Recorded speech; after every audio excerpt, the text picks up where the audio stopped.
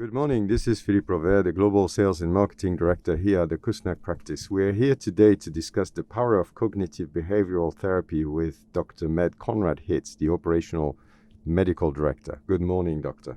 Good morning. How can actually talking about our problem help solve them? That's a very good question. Listen, when we talk about our problems, it's not only talking. We reactivate emotions, memories, physical sensations in the body. So we get reactivated. And usually, you're right, only talking about our problems won't solve them. And this we can do with friends or family, whoever we trust.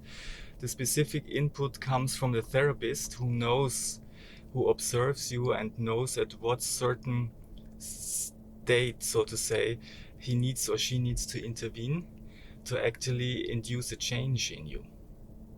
So only talking about problems might short-term wise give you a little bit of an ease, but it will not solve it. Right. And then how do you connect this to cognitive therapy, and how does that work? What does a meeting look like?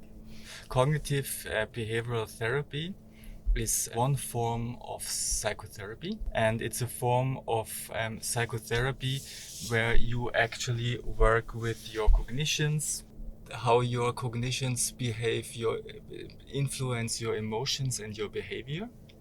And it's a very structured way or form of psychotherapy where the therapist with the client or the patient looks in detail in specific situations of one's life that might be challenging, and you really examine them in detail. You kind of, it's like a beam, like a ray of light on certain situations, and you totally deconstruct them, look in detail, and it's a very effective way to work.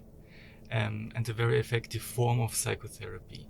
And the meeting looks much like any form of psychotherapeutic meeting. The therapist sits together with the client, and the two of them work on specific topics of the client, right? And of course, the therapist explains what form of therapy cognitive behavioral therapy is, how it looks like, what is to be expected, and usually a session lasts about 1 hour. Brilliant. Okay. And then basically to treat depression, anxiety, and PTSD. So what kind of cognitive therapy, and especially effective in treating those symptoms?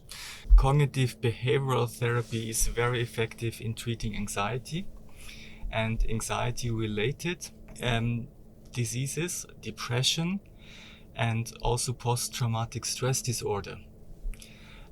Due to its capacity to really look in detail on specific situations, deconstruct them, and learn, and also in the ability to learn the client different ways how to behave, how to think, and how to evaluate specific situations. I see.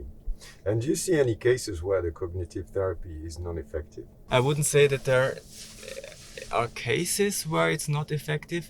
The form of psychotherapy that you apply with an individual, that you work together as a team with an individual, of course it needs to fit to that person. So not one fits all. And you always, as a therapist, of course, also you adapt to a certain degree the form of psychotherapy that you have chosen for the client, for the patient. So I wouldn't say that there are cases where it doesn't work. It's more, there might be clients who need variation, a mix of different forms of therapy. So you do not only apply strictly cognitive behavioral therapy, but you might also involve some other forms like ego states therapy or EMDR. It's eye movement desensibilization and reprocessing, which actually is a part of cognitive behavioral therapy and trauma therapy. So it's always the remedy that you apply with the client. What is the difference between psychotherapy and cognitive therapy? Cognitive therapy or behavioral cognitive therapy is one form a therapist can choose to apply psychotherapy. So cognitive behavioral therapy is a form of psychotherapy. So why cognitive behavioral therapy works best in the short term? I wouldn't say that it works best in the short term. It is a very effective method of psychotherapy because you work on the cognitive area, on the behavioral area, and you get skills and coping, or you develop skills and coping mechanism to apply in real life, right? So you get like a recipe at hand that you can apply. So it's not a form of psychotherapy, let's say, where you need hours after hours before anything changes. So you get the possibility to apply change practically in your life. You get tools, and that is effective in one's life. Something that we wonder sometimes is, when is the point that a person should go and see a therapist in your opinion? Listen, already when one thinks about, might I profit from seeing a therapist, this might be already a good intervention point, because someone can actually really shine a light on you what specific situation or life circumstances are needed to be looked at, or what are your questions, right? So whenever you ask yourself that question, why not reach out and discuss and find out, right? It's rather, especially men, rather have the tendency to kind of wait too long before. Women rather reach out for support in time. And during such a session, do you set goals for the future? How Yes, does that of work? course. Cognitive behavioral therapy is a form of therapy where actually already when you begin with the therapy, you know how many sessions more or less you will have with the therapist, when it will end, and what are the goals. So it's a very structured way of applying psychotherapy. So you use kind of problem-solving techniques. Right? Problem-solving techniques, you have specific, it's like formulas, how you look at specific life situations and the outcome and what it does to you, like emotional, cognitive, body sensations, long and short-term benefits of specific behavior that you apply. Because usually that's also why cognitive behavioral therapy is effective. You look on your specific behavior from different angles, like short-term and long-term. And for example, very often with anxiety, what we do is we avoid certain situations.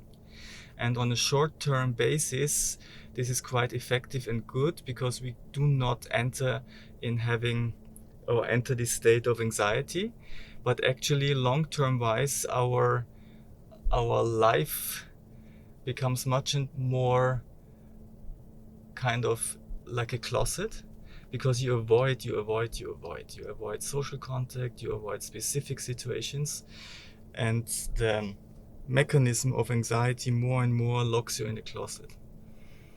So in cognitive behavioral therapy, you work a lot with kind of fighting or battling up against avoiding. Thank you, Dr. Hitz, for talking about cognitive behavioral therapy this morning. We're here at the Kusnacht Practice. Thank you very much.